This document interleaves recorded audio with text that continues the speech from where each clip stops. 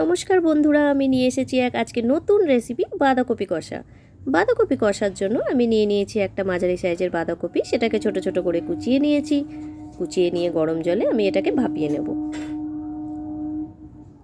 আমি এর মধ্যে কিছুটা কড়াইশুঁটিও দিয়েছি। এই দেখুন, আমার বাঁধাকপিটা ভাপা হয়ে গেছে। এবারে আমি একটা কড়াই নিয়ে নিয়েছি। কড়াইটাকে একটু গরম হতে দেব।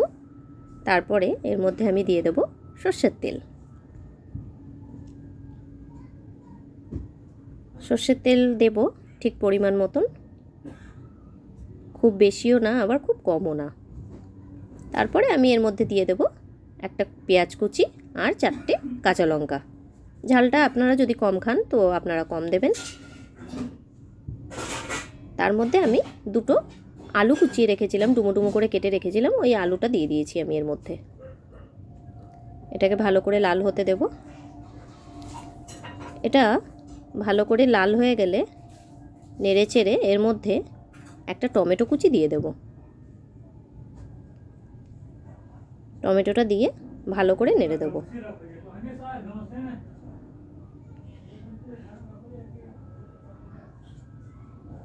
তারপরে আমি এর মধ্যে একে একে করে সব গুঁড়ো মশলাগুলো মেশাবো।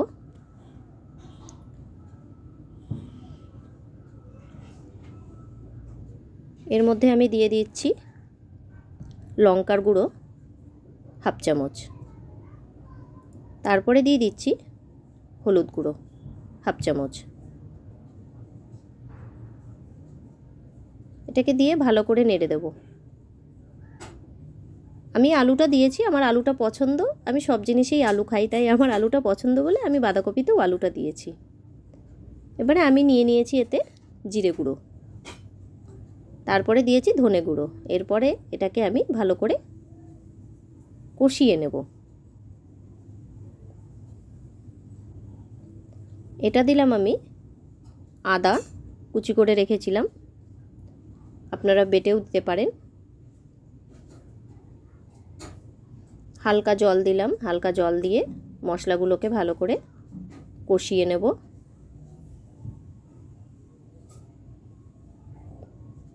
অল্প মশলায় রান্না, খুবই সুন্দর একটা রেসিপি।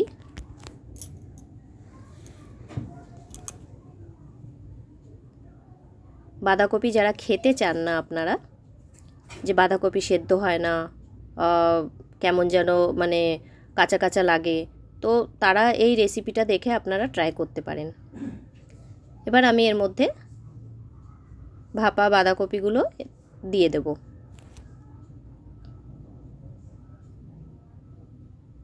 বাঁধাকপিগুলো দিয়ে ভালো করে নেড়ে দেব।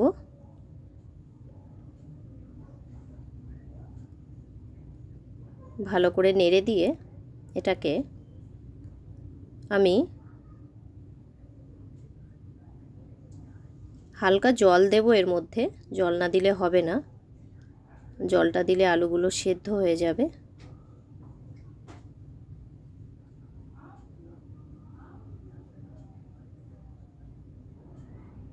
পরিমাণ মতন জল দেব, খুব বেশি দেব না, অল্প দেব জল, যাতে সেদ্ধ হয়ে যায় আর জলগুলো বাঁধাকপির মধ্যে টেনে নেয়।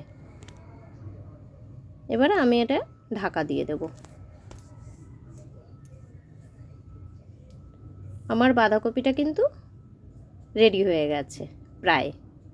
এরপরে আমি এতে দিয়ে দেব হাফ চামচেরও কম গুঁড়ো গরম মশলা, আর দিয়ে দেব এর মধ্যে চিনি হাফ চামচেরও কম। এবার এটা আমার বাঁধাকপি কষা রেডি হয়ে গেছে। আপনারা এটা অবশ্যই কিন্তু ট্রাই করবেন খুব কম মশলায়, আর অবশ্যই আমাকে জানাবেন আমার ভিডিও কেমন লাগলো। ভালো লাগলে অবশ্যই সাবস্ক্রাইব করবেন।